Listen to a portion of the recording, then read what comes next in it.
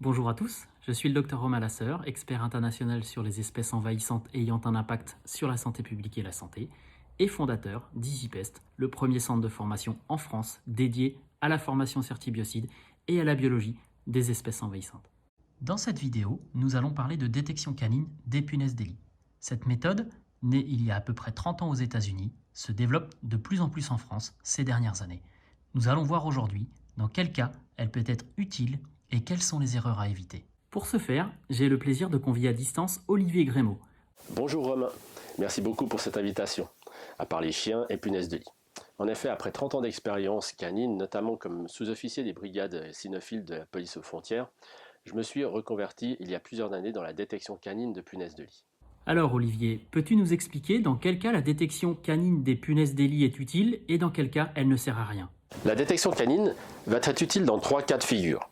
Pour la levée de doute, dans le cas de suspicion suite à des piqûres de provenance inconnue, après un séjour dans un lieu infesté ou à la découverte de traces spécifiques comme des excréments ou du sang sur votre literie. Puis nous avons la localisation. Le chien va permettre de localiser les zones saines, vous évitant ainsi de faire des traitements inutiles.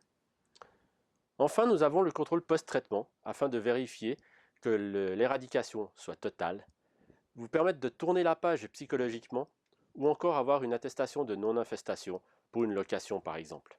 C'est très clair. Mais alors pourquoi on ne fait pas systématiquement intervenir le chien, par exemple dans un appartement de 40 mètres carrés lorsqu'on sait qu'on a des punaises? Le chien ne serait-il pas un outil pour essayer de cibler l'endroit où se trouvent ces punaises de lit? Il faut savoir qu'un chien est capable de détecter un gibier à plusieurs centaines de mètres, comme il est capable de localiser une molécule sur une compresse stérile. Dans le cadre de la recherche de punaises de lit, on va régler la sensibilité du chien lors de sa formation sur une surface d'environ 1 mètre carré. Ceci parce que les insectes ne sont pas forcément tous localisés au même endroit, et vouloir les tuer un par un où le chien met le nez dessus, c'est quelque chose d'utopique.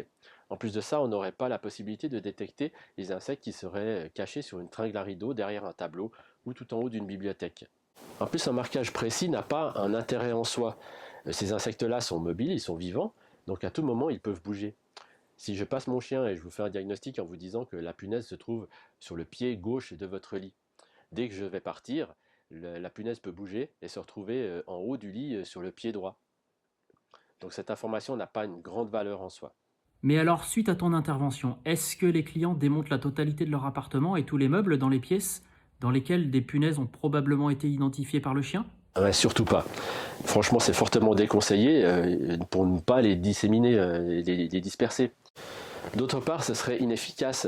Dans le cas d'une zone peu infestée, il ne peut y avoir qu'une ou deux punaises, ou quelques œufs dans un coffrage ou sous un parquet. On ne trouvera donc pas de traces, sauf à désosser complètement l'appartement. Et si c'était si facile de les trouver, nous demanderions à nos clients de le faire eux-mêmes. Pas besoin de faire venir un chien dans ce cas-là. Sans compter que les entreprises de détection canine n'ont pas d'équipement spécifique puisqu'on n'est pas amené à être en contact avec l'insecte. On n'a pas de surblouse, on n'a pas de surchaussures. Voilà, nos chiens sont formés pour faire ce qu'on appelle un marquage passif à quelques centimètres des lieux de présence des punaises de lit.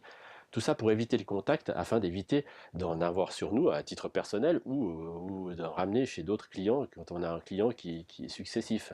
Oui, et je veux également rajouter à ça que, à part si de nombreux traitements ont été menés sans succès, bouger des meubles et démonter des meubles va probablement aggraver le phénomène d'infestation.